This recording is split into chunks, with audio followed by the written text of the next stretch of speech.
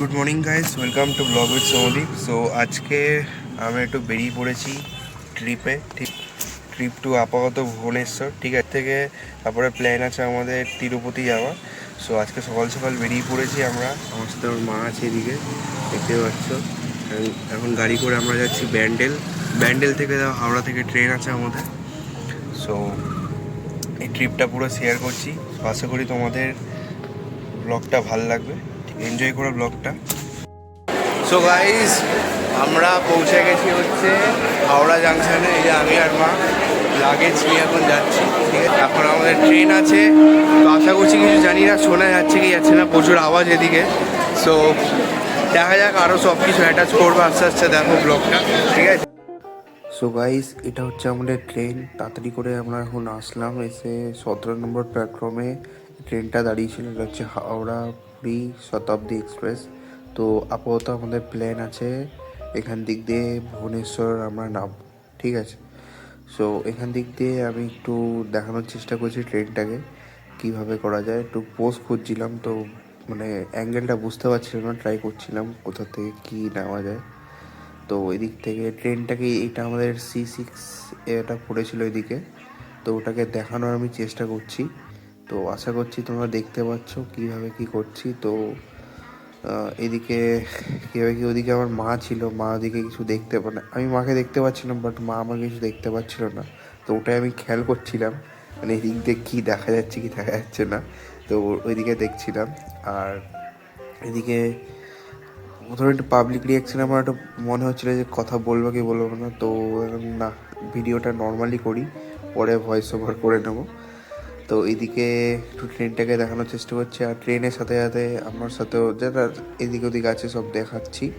আর ট্রেনের এই দিকটা, মানে এই কামরাটাতেই আমি হাঁটছিলাম। তো আশা করছি তোমরা ট্রেনটাকে দেখেছো। তো ট্রেনটা খুবই ভালো ছিল, আমরা চেয়ার কারে এসেছি, তো খুবই কমফোর্টেবল জার্নি ছিল অ্যান্ড খুবই ভালো ছিল, মানে কোনো অসুবিধা হয়নি ট্রেনে।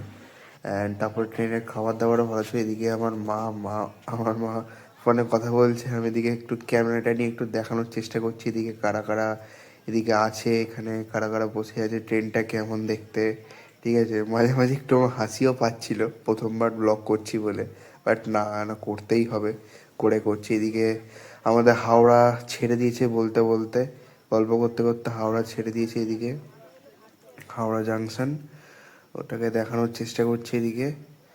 তো আস্তে আস্তে আস্তে এদিকে অনেকটা চলে এসেছি, মোটামুটি প্রায় স্টেশনের নামটা ঠিক ভুলে গেছি এদিক দিয়ে। তো অনেকটাই চলে এসেছিলাম, প্রায় আধা ঘন্টা মতো জার্নি হয়ে গেছিলো।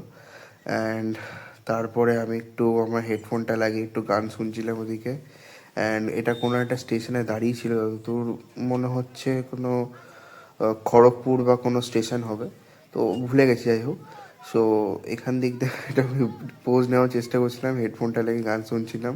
এদিকে সব মানে ট্রেনটা কেমন কী দাঁড়িয়েছিল মানে দেখানোর চেষ্টা করছি এদিকে।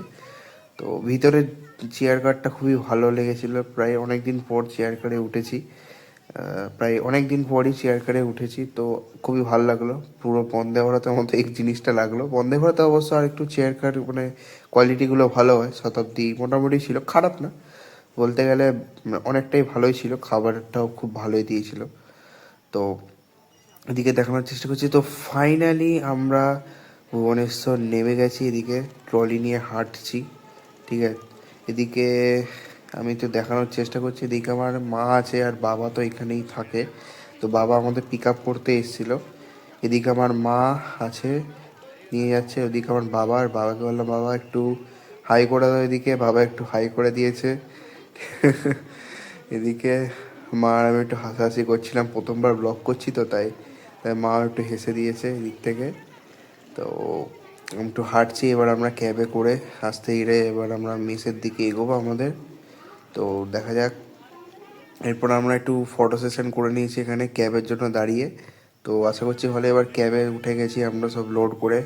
আর ক্যাবটা এমন ছিল, ক্যাবে কোনো ডিকি ছিল না, খুব খুব মানে কম ইয়েতে আমরা মালগুলোকে লোড করেছি, আমাদের জিনিসপত্রগুলোকে। তো ক্যাব দিয়ে আমি একটু সামনে বসেছিলাম গাড়ির, তো আমি একটু ভিডিও করছিলাম, ভালোই লাগছিল প্রথমবার ভুবনেশ্বরে এসে।